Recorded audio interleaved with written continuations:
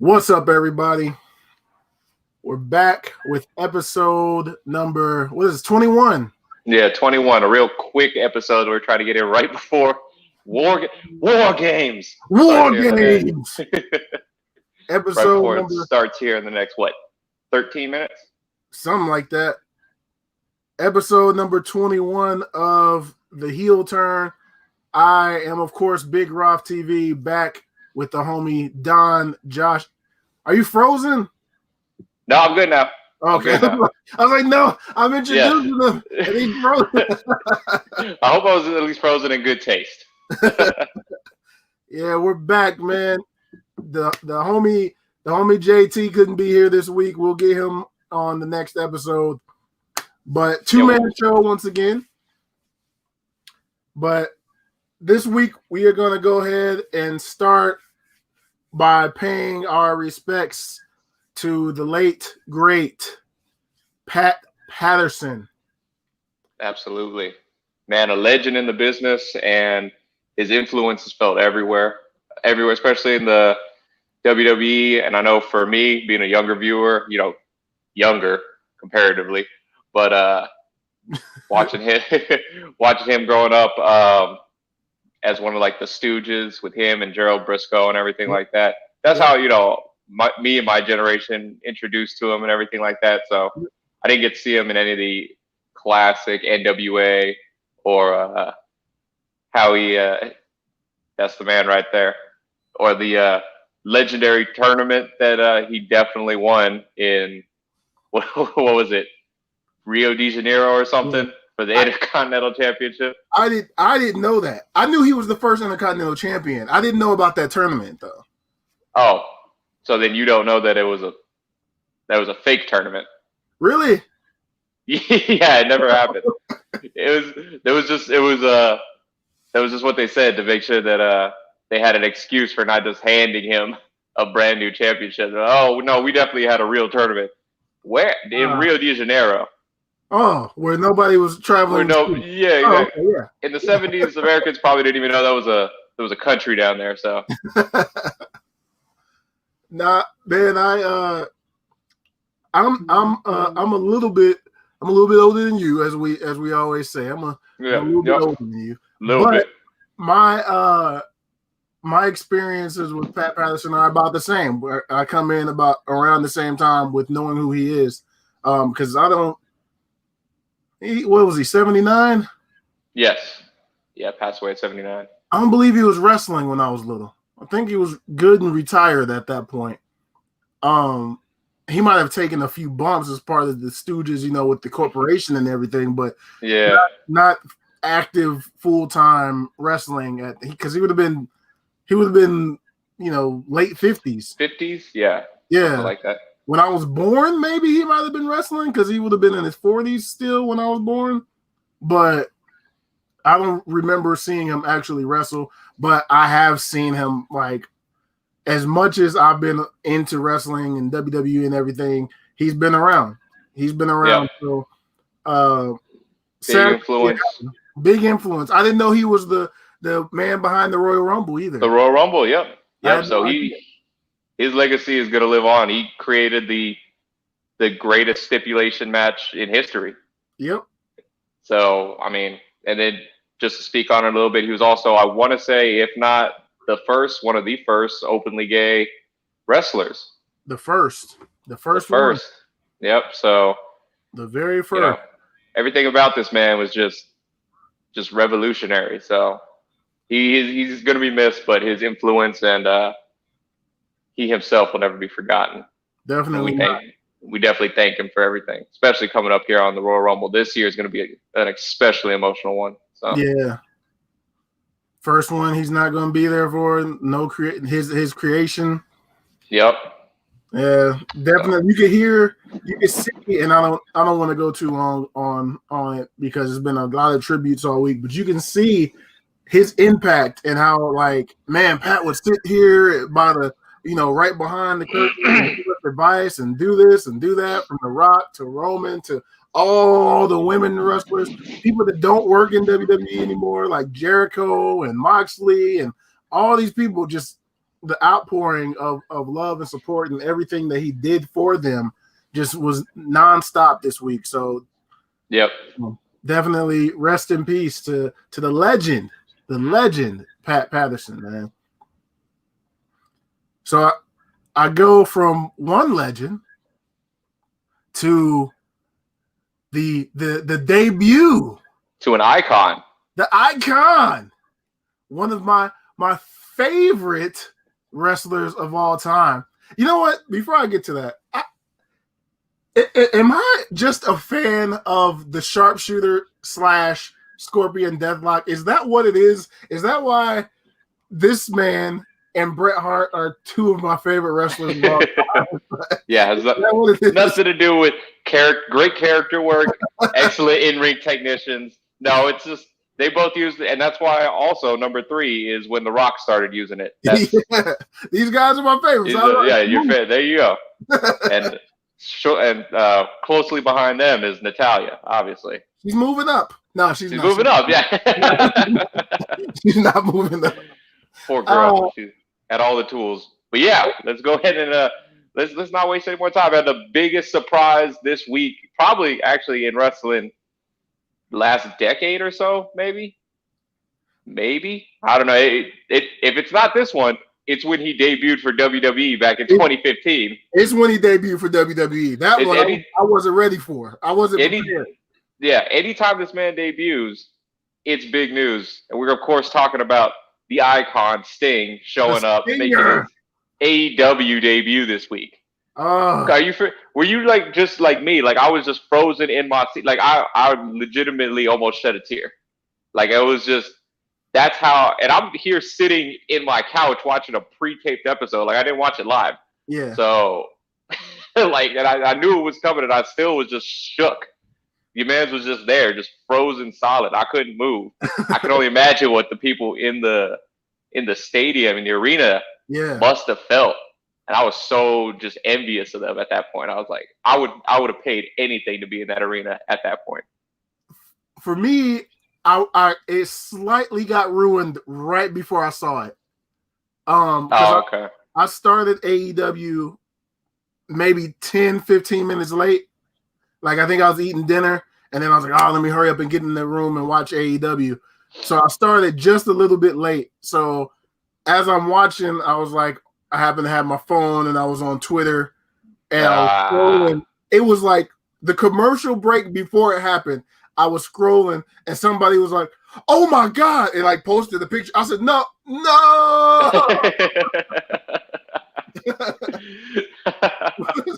Just kind of ruined it. But then to see him come out, like Sting is my guy, man. Like, yeah, bro. When I was, I'm a big WCW guy. That was my era back in those days. I always say that, during the time that I was coming up and watching wrestling, WCW was better for wrestling back then. It wasn't the better entertainment, but like people, mic workers and everything. Yeah. But WCW had the better actual wrestlers. And Sting was, man, I used to want to have my face painted. And like, I think they would have like carnivals and stuff wherever we would live. And I'd be like, do it like this. Give me the white face paint with the stripes. Give me the Stinger. Yeah. I love little Sting. Black kid running around the carnival with Sting face paint on. That was me, little me with the Sting face paint. And then, what was it? 5 years ago, right? So this is WrestleMania 31? 32? Because we just had 37. Was it 32? No, it might have been 31 because 31. That's when 31. San Francisco. And we're there. Me and the guys, we're there in the arena. And none of those guys, they don't care about Sting. But Sting comes out, and I'm like, how you said you were on the couch? I'm in the arena, like goosebumps all the way. Yeah. All over the body. Oh my God, Sting is I've been waiting for this moment at that point. I'm 30 years old. I'm waiting for that moment for years because I've gone to Monday Night Raws and I've gone to what was it, Nitro and WCW Thunder and plenty of house shows, only to never see. I've never had saw Sting ever, and here it is. I'm at WrestleMania, the grandest stage of them all, and Sting is right in front of me. He's right there. That's kind of how close we were to the stage. Sting was right there, right in front of me. And he comes out and he's screaming and he's looking that direction. I'm like, it's Sting. It's Sting right there. He's screaming to me. Yeah, he's directly to me. It's me. It's me and you. So, and what made it cool when he came out on AEW is as he's coming out, the music hits, the lights and everything, and then it was like the snow. And I was like, oh, yep, the fake snow. Amazing. They went all in with that. They killed it, man. They killed it. Yeah, that was great. Man, I don't really know. I don't really know if there's anything more I can add to that, dude. Like, we can't understate how important him showing up in AEW was. Yeah. I guess we just got to kind of see where it goes from here. Hopefully they do something with him and Darby Allin. If he's cleared, make sure that your boy is he's in good health and he's able to wrestle, take a few bumps if he can. I would love to see him step in there with Darby, but kind of like passing the proverbial torch. But if not, it's no big deal for me. I'm just being able to see him has been it made my whole week. Merry Christmas to me. It did. It was. Because normally I'm like, the best thing in wrestling all week is the Samoans on Friday night. They got upstage this week. No, don't let Roman hear you. Roman Reigns, head of the table. Sorry, Tribal Chief, but they got upstage this week. I don't know if I want to see him wrestle. Maybe I want to see him in because dude is what, 62 I think right now. Damn. I don't know if I want to see Sting take. DDP did come back and have kind of a quick match, and DDP is close to the same age. But I don't know if I want to see Sting take, some bumps. I don't want to see the coffin drop performed on Sting. I definitely want to see. I definitely need to see a coffin drop dropped on Sting. I don't want to see the coffin drop on the Stinger, man. All right. Party. Maybe I kind of would like to see him in You would like to see it happen. Yeah, you would. Okay, maybe just one. Yeah, just hit it. Get him the thumbtack skateboard, just ollie off his back. God, no, that's the end of the thing. If you do that. there is no more Sting if we do that. But maybe something minor. I like that when he came out, nothing was said. No punches were thrown. It was just the feel, and it worked. Like, he just looked at everybody. Yeah. Like, it almost looked like, I could fuck you up if I wanted to right now, right? We was holding a bat. So. Well, yeah. Yeah. Everybody just kind of was like, wait a minute. Like, I was gonna sit here, but I could fuck you up if I wanted to. That was great. It was definitely the highlight of the week for me. Absolutely, without a doubt. It sucks that we don't have JT here, because I'm sure, even though Sting did show up, his highlight of the week would be Jon Moxley getting screwed out of the AEW World Championship, which was, first of all, can I just say, if that was a screw job, that was one of the wackiest screw jobs I've ever seen. I was like, really, a microphone? That's how we're gonna. I've seen Jon Moxley go through thumbtacks to the face and be dropped on a barbed wire bed. Yeah. Oh, but a padded microphone's what took him out. Didn't he go through a glass table last year? Yeah, he definitely did. He definitely went through a glass table. That was just my opinion. I mean, I know, fucking right afterwards, Kenny hit him with 19 V triggers in a row.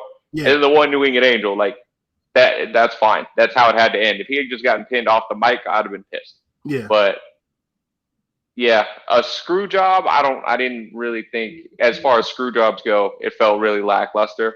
But it did get me excited for obviously AEW this week. But for the first time since I think there was an X division that anybody really cared about, I'm actually excited to try and find out what happens on Impact this week.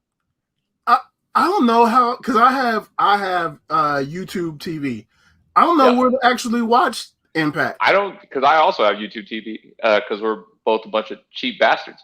And hey, it works like a charm, man. It does. It definitely does. I enjoy the hell out of it. It's got everything I need, but yeah. I think Impact comes on like Access TV is the channel, and I'm 90% sure YouTube doesn't carry that because they only carry like semi-serious channels. Yeah, yeah. I was like, Access. Watching it. Yeah, no, stop. I mean, that's why I was like, I was super excited for it. I was like, oh shit, I guess I got to tune in Tuesday, and then I go check my subscription. And I was like, I guess my Tuesday's wide open then. Yeah. Definitely have no plans for Tuesday now. No plans for Tuesday, nope. But no, I'm super excited about it. We're gonna have to figure out how to watch that because the idea, like, I was already happy with the belt coming off of Moxley. It needed to come off Moxley. It was like, it's time. You don't really like the overly long title reigns anyway. I do in some cases. Like, I don't know. I thought it felt right on Mox. A believable champion the whole way through for me. Bayley had the belt for over a year just now. I loved every bit of it. I thought hers should have kept going for a little longer. I thought Bayley's. I honestly think that they did and I'm switching topics back and forth, but I honestly think that they ended Bayley's run too quickly, and that match should have been held at WrestleMania. I get it though. The timing, the match was still good. The whole feud was still good. So we had to end Bayley's. We had to end Bayley's 380-day run. Something like that, yeah. Okay, so I'm cool with it. Moxley's to me just has not been it. I don't know. Maybe I just don't like Moxley. You definitely don't, because it's been a great run. I don't understand. He's PWE's the number one wrestler in the world. Of course he needs the belt for as long as possible. Okay, yeah. His run did nothing for me. That's crazy, man. It was good to see Jericho lose it, because I feel like Jericho's supposed to be, his whole thing to me is to put younger talent over. Mm-hmm. And Moxley is still kind of younger talent.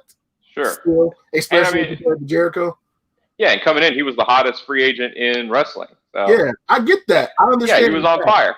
Yeah, exactly. I get that. I get Jericho losing to him at that point and him having a run. But, man, a year? I thought it worked perfectly. I do think it was the right time to drop the belt too, but I wouldn't have been mad if he had kept it for a little longer. But to the right opponent, it was definitely time for Kenny, who I guess is bringing the cleaner gimmick back. Yes, all the way now. I don't know how that's going to work out with Impact. Like I said, excited to find that out, but we'll just have to wait and see. We had a really good weekend or Wednesday of wrestling this week, so yeah, I feel like, man, like, how do you go with this? There's a lot of potential for this crossover, man.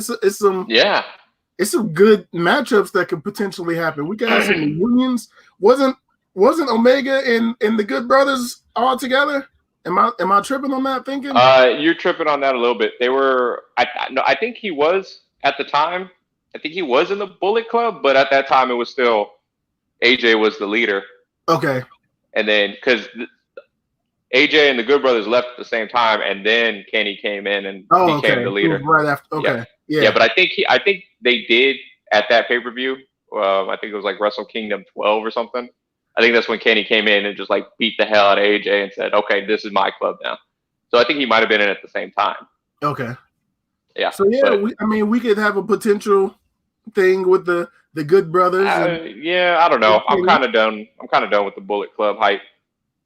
No Bullet Club. For me, at least like if you want to keep it like the Bullet Club right now, like the current members, keep that progression. I could dig that over in New Japan. But I think now we just kind of got to move on with. We get it. The Elite were in the Bullet Club. Mm-hmm. That's where they got world famous. We get that. But they got their own business now. They got their own platform and everything like that. Reach a even broader audience.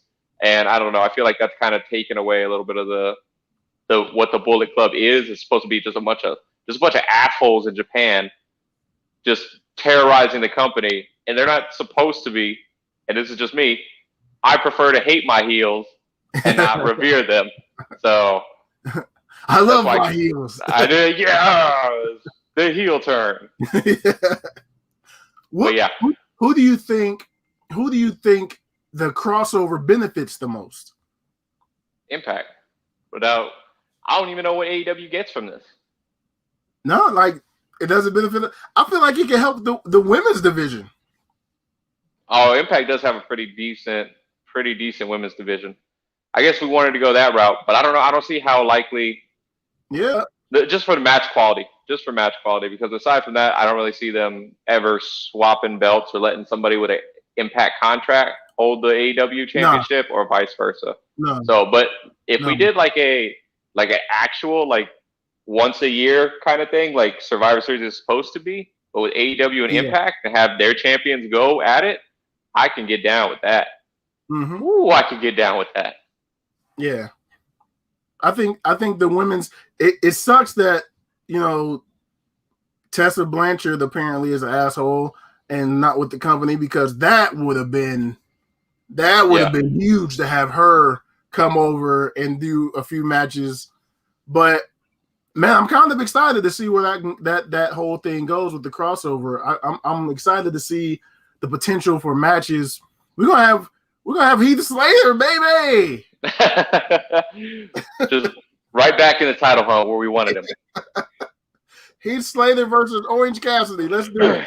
Oh yeah, I'd be down for that. I'll be down for that. Good match. Book it. I called it. I made that. Book it. You're just speaking into existence every week now. That's a good match right there.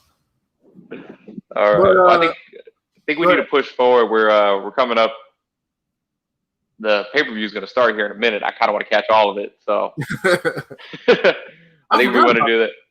Right, it was your idea. That was why you said let's do this right now before the pay-per-view started. I forgot the time. I wasn't looking at the time. Oh, okay. Well, that's why I'm here. That's why I keep, even though JT's not here, I still got to do some kind of moderating duty. We're gonna go with the quick rundown of SmackDown then, real quick. Okay, really quick. Roman Reigns is a god, and we should all just bow down to Roman. He's an asshole, man. I love him. He's really, he's the best. He's the best character in WWE right now, bar none. Easy. Absolutely. Anything? We do. Big E has his own new entrance. He does. He does have a banging new intro. I think they said Wale did his. Wale did his entrance. And he's back with the powder again. He's back with the. I hope that stays. I'm gonna be honest. I hope the powder stays. I hope it wasn't just like the one time for like the Pat tribute, because that's what he was doing when he was the Intercontinental Champion. Yeah. I hope he's back with it. No, he did it in NXT though. He did it in NXT. Yeah. I know.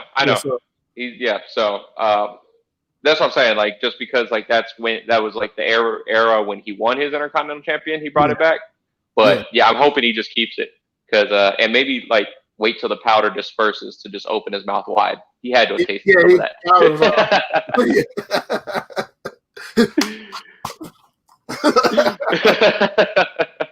I was hyped about that. Those are the two best things.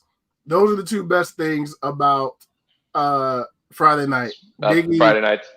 Big E and Roman. When he turned the chair on Jay, I said, "Wow." I don't know why I didn't see that coming, because I didn't. Consequence, you have to, the consequences come or whatever. Yeah, I thought it was getting his ass beat was his consequence. Like in the match, thought like getting his ass whooped was it, but no. Oh man, yeah, that is really just like the dad who was like, okay, now that you're done mowing the lawn because you was a dumbass, now you're gonna come in here and get your ass beat right afterwards. I was like, oh, come on, man. I picked up the leaves and everything. Yeah, Like, yes, you still need your ass whipping. Yep. Yeah, man. I did all this yard work. Only to take a loss. But Friday nights are for Roman Reigns. Roman's the greatest. This is the Universal title has never been more relevant than it is right now. All hail. All hail the Tribal Chief. Tribal Chief, head of the table. Let's go ahead with about 10 minutes left. Let's go ahead and get into this quick match card. And some War Games predictions. Predictions for War Games. So I got the card up. Actually, let me go from the bottom. This time. Yeah, because we messed that one up last time. Yeah. Timothy Thatcher versus Ciampa. Yeah, that just got added. So you said you didn't watch NXT this week? I didn't. It just got added real quick. I'm going to give you the rundown so you have like an actual idea of who you can pick. I don't even know if you really care. But essentially, okay, I would say Ciampa comes down to the ring, basically pushes Thatcher, and then Thatcher puts him to sleep like that, like really quick. Put him right to sleep. Ciampa to sleep? Yeah, just choked him out. Put him right to sleep. And like in amazing, like stared at the camera while he did it. I need a pick here. Yeah, so no, I'm going with Ciampa. It was too quick. Is kind of what I'm getting at. Ciampa. So, Ciampa. Dexter Lumis versus Cameron Grimes strap match. I don't care anymore, man. Like this feud, I like both characters. I think they're dope. I just think they're not working with each other as well as I think they thought. What's up? No chemistry. I don't know. I feel like they're trying their best. And I think just maybe the matches and the booking decisions aren't clicking with me. Yeah. So strap match as a way to end it. I'm going with Cameron Grimes because I see him going and moving into the North American title picture. I feel like he needs a big win to get through that. Plus Dexter won at Halloween Havoc. So I like Cameron Grimes overall more, but I don't see him winning this match. I don't see him winning this one. I'm going. He's not going straight to the moon. No, not in this match. He's not. Oh, damn it. I'm going with Dexter this time. All right. Leon Ruff, Johnny Gargano, Damian Priest, NXT North American Championship. Who you got? Oh, man. I really like Leon Ruff. I really like what they're doing with him. I like this underdog story. Mm-hmm. But I think, unfortunately, it's run its course. And, again, if you had saw NXT this week, it seems more than likely they're going to give it to Johnny Gargano. So that's who I'm going with. 3-time champ? 3-time. First ever 3-time champ. I think it's going to be Johnny take over again. I'm rolling. This, Johnny doesn't ever fail at takeovers. So even if he loses, he doesn't fail. That's true. I'm going with Johnny. That's true. And they got the people. There's apparently 2 more people dressed as Ghostface. So I don't know who. Yeah, he had 2 of them standing behind him at the end of the segment on NXT this week. Okay. War Games. Team Shotzi Blackheart, Ember Moon, Rhea Ripley, and Io versus Team Candice LeRae, Dakota Kai, Raquel Gonzalez, and Toni Storm. Who you got? That's a tough one. For one, you and JT were both wrong because you said the heels would win the advantage, which usually always happens. So I don't understand. I don't know. Big swerve there. But I think I'm going to go with the heel team. I think I'm going with Team Candice. I feel like Toni Storm just turned heel, and we kind of got to justify that a little bit with a big War Games win. Yeah. And then afterwards, you can have either Toni or Candice go after Io, and I think that makes for a better story in the women's division than I do want to see Shotzi as women's champion eventually, but I think right now you probably got to give it to either Toni or Candice. So I'm going with the heels to win. So I'm actually going with Toni to pick up the pin over Io Shirai. Shotzi can be the heel to get the The title. No, I don't think Shotzi needs to be a heel. No. I'm saying so that she can beat a heel. Oh, she could beat a heel. Yes. Okay. Yeah. I thought you were like turn her heel. Like, no, damn it, no. She's gonna be on a tank. I'm excited for this tank coming up. But I mean, you could do some heelish activity. All right, we'll get to we'll get to it later. Hit me offline with your tank theories. Man, put it down in the comment section below. You guys' tank theories. Before you just said this, I was going with the faces. I was going with Team Shotzi, but didn't the faces win last year? Wasn't it? Yeah, because it was Rhea Ripley. Rhea. Yeah, Team Rhea. I'm going with the heels. I like it. I like Toni Storm picking up the W. Yep. Yeah. Big Mama Cool. Big Mama Cool. It's the right move. Yeah, I'm gonna go with the heels. I'm going with Team Candice on that one. Smart move. War Games match. Men's War Games. Undisputed Era versus Pat McAfee. The Bruiserweight, my boy. And Danny Burch and Oni Lorcan. Who you got? I think it's time to say goodbye to the Undisputed Era as we know it. Yeah, I love the Undisputed Era. They're my favorite. They're my boys, top of the card. I love it when they're up there. I don't care if they hold all the belts again. The era of gold. Dude, yeah. I love it. I love seeing them at the top. But I think Pat is going to get his ass handed to him, and that's what we're here to see. We're here to see Pat McAfee just get murdered in that match. But I don't know. I feel like they're starting to move on a little bit from the Undisputed Era. And part of me thinks that they might pick up the win, but I think I'm going to go with my head over my heart. And I think I'm going to say Pat's boys, Pat's punters are going to pick up the win. We don't think that they could possibly score the win in a goodbye kind of effort. Is it time? I would love to see it. Is it time for them to move on? Is it time for them to get called up? No. They've done everything they can in NXT, unfortunately. I don't want to see them on the main roster because this is the one that I've been dreading. Some people have been dreading, when Shayna got called up, Ricochet, Aleister Black, This is the one that I don't want to see Undisputed Era get torn apart like the rest of all of our favorites. Keith Lee and Matt Riddle they have kind of a puncher's chance to make it, but everyone else has already just been taken apart, and I don't want to see that happen to Adam Cole and the boys.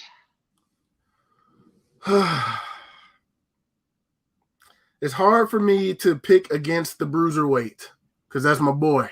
It is your boy. That's my boy. I really don't know who to pick on this one, man. This is probably the hardest one. This might be the hardest pick of all. Yeah, absolutely. I don't know. Damn, man. Because I could see them doing a let the Undisputed Era leave in style. Yeah. I could see that happening.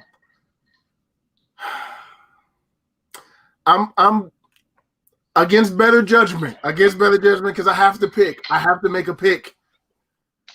I'm going with the Undisputed Era to win in a goodbye effort. Okay. I think bold move, Cotton. Bold move. I think they win and they go out. They go out with a W. Even though when you're supposed to be leaving, you're supposed to leave on your back. That's like the wrestling tradition. Yep. But man, this is the Undisputed Era, man. They can't lose. They lost last year. They did. Yeah. I'm going Undisputed Era. I'm sticking with it. There you go. Stick with your conviction.